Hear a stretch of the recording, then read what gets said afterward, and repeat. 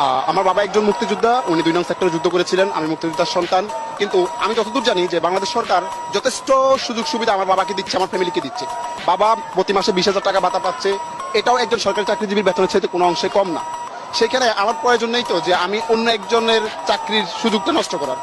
আমি আমার বাবার বেতন থেকে আমি যেটুকু সুবিধা পাচ্ছি, আমি পড়াশোনা করতেছি। আমি পড়াশোনা করে আমি আমার মেধা দিয়ে বাকিটা যেতে চাই।